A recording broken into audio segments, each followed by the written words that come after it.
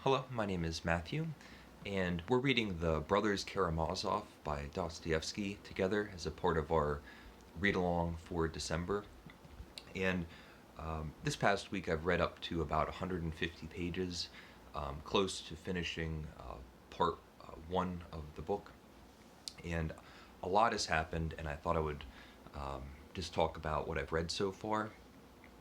We've already had general introductions of most of the main characters in this book. We've met Fyodor Karamazov, the father, his oldest son, Dmitri, the hot-headed one, Ivan, the mysterious, cool, intellectual, and the youngest, Alyosha, Alexei, who is now has joined a monastery.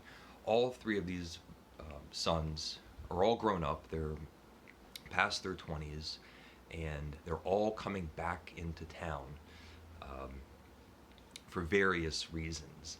And there's hostility and tension between all of the brothers in varying degrees and their relationship with their father. And we get one of the first great set pieces of the novel after we've gotten a lot of the introductions out of the way and we know who these characters are. And Dmitri and Fyodor are having a financial dispute, and they're arguing about money, inheritance, and who owes who what.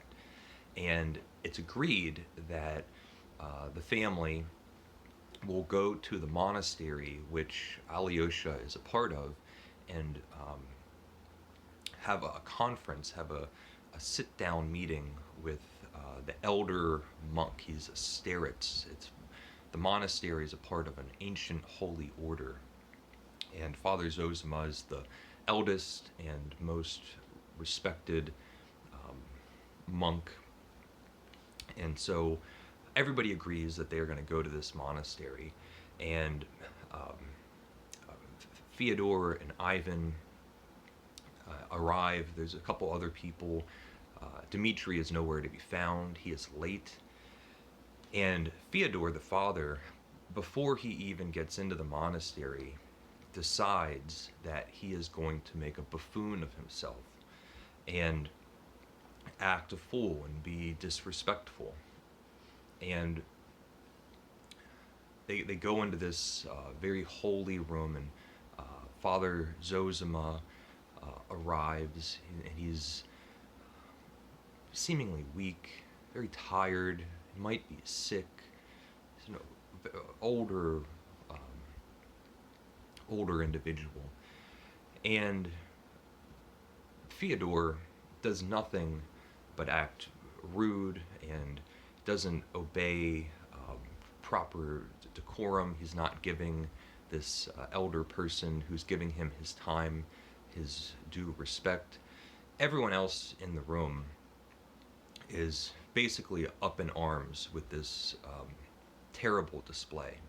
Ivan is just sitting there coolly, not saying very much at the moment. And after a little bit of time, Father Zosima excuses himself, and outside there is people from all over, not even just from the town, but people from the outskirts of town and miles away that come just to receive blessings from Father Zosima. He's incredibly well respected all throughout this area in Russia.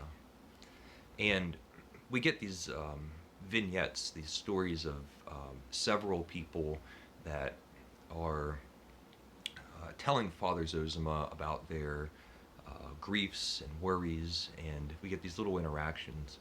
One in particular is a woman who is just crushed with grief after the loss of her baby. Her child died, and she's just at sea and depressed and doesn't know how to find faith and doesn't know what to do. And Father Zosima does his best to console her and give her some advice.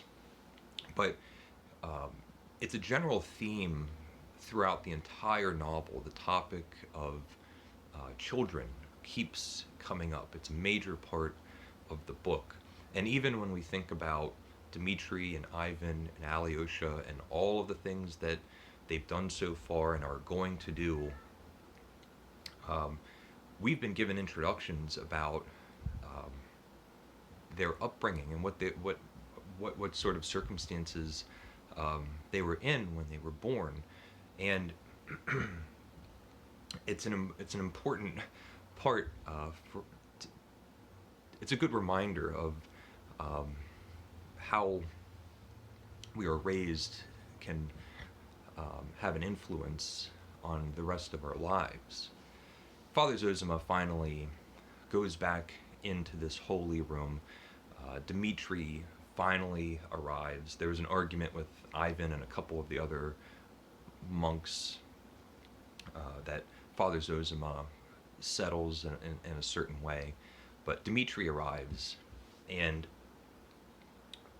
what transpires is just a breakdown, a pitiful display of incivility. They're talking about their financial problem, but they bring up just um, this lurid um, affair that Dmitri has a fiance, and there's also this immoral woman, and they may or may not be trying to get money out of the father or Dmitri. The father, Fyodor, might be trying to have or is having some sexual affair with his son's fiance or this immoral woman, and they are just uh, opening up and clearing out all of their dirty laundry in this sacred place. The entire place, all of the monks are just upside down. It's a complete fiasco. And Elder Zosima, who has been sitting quietly watching this pitiful display, finally gets up and he walks over to Dmitri, and he gets on his hands and knees and puts his head on the floor at his feet and just bows to him. And Dmitri is thunderstruck. And this sort of wraps up this fantastic scene within this sacred room. And when it when everyone departs, all of these parties go in their separate ways. We start following along where everyone is going, and since it's such an action-packed episode, Dostoevsky has to slide the timeline back and forth in order for us to see what everyone is doing basically at the same time. It's masterful.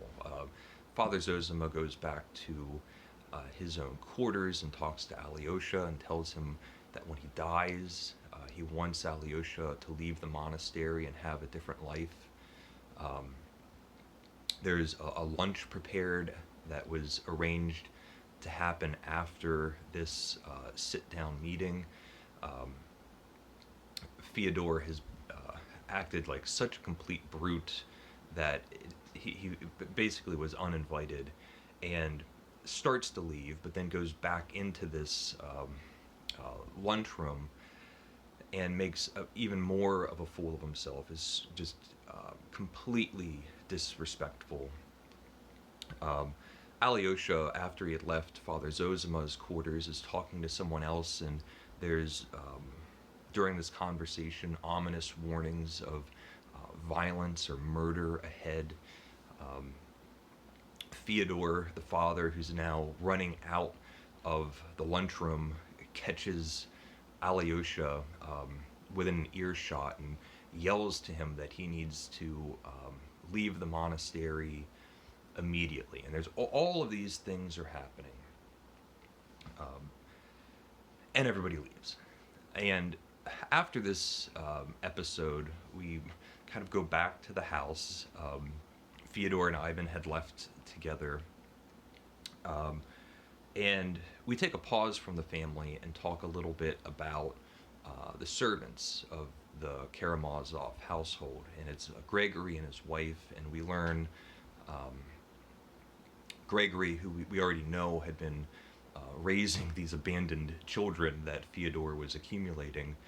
Him and his wife had their own child, and it was a little baby that was deformed. It had 6 fingers, and eventually died. And it was heartbreaking for the father and mother. We then get this strange episode of a woman in town who is mentally handicapped, maybe physically handicapped, who would just roam the streets wearing nothing but a shirt and would receive alms from passers-by. And she was pitied and almost by consensus from the whole entire town taken care of and tended for. And she becomes pregnant. One day, the town realizes that this poor mentally handicapped girl who's living a lifestyle almost as a vagrant has been raped, and there's strong suspicion that Fyodor Karamazov, the father, had raped her and impregnated her. It's still it's clear and also very mysterious. Well, Gregory and his wife, the night after they had lost their child, they hear a cry in a shed outside of the house. Gregory goes out in pursuit and finds this handicapped woman had given birth to a baby, and she, during childbirth, had died. And they take in this little baby into the house. It's Smerdikov. I'm not sure how to pronounce it. And so possibly another Karamazov is in the house. All of that is going on. We also have Alyosha, who is going off to meet one of the women that Dmitri is involved with. It's on the other side of town, and he wants to take a shortcut. And instead of going down the road, he's going to take this back way and go through people's yards and hop fences and save a little bit of time. And on his way, he is startled by his brother Dmitri basically hiding in the bushes, shouting to him to come over the fence. And Dmitri is hiding. Alyosha goes over and, with help from his brother, hops over the fence. And it's one of my favorite scenes. It's a small moment that does nothing but create great character development and also show these small human moments that Dostoevsky can draw just as well as these huge set pieces with lots of people and moving parts and timelines. He can also draw these little strange moments. And Dmitri, in hushed tones, in this abandoned yard, is saying, "Alyosha, I need to talk to you. We need to think things like that." And Alyosha goes, "Why are you whispering?" And there's no one around. Dmitri goes, "Well, I don't know." It's just great. It kind of shows Dmitri is being sneaky, and when you're sneaky, you whisper and talk in hushed tones. I just love it. I just love that little scene. So yeah, the beginning of the book, we have lots of introductions. We're just getting our footholds on all of these people, but now things are starting to happen, and drama and tension is building up. Lots of dynamics between the family members. Mystery is building. Um, we're already starting to question how much money Dmitri actually has, what's going on with these women, what's going on with this fourth child that's in the house. Um, Lots of things. So I think that's what I'll say for now. And let me know how your reading is going along. Um, and leave a comment if you would like. And thank you for watching, and take care.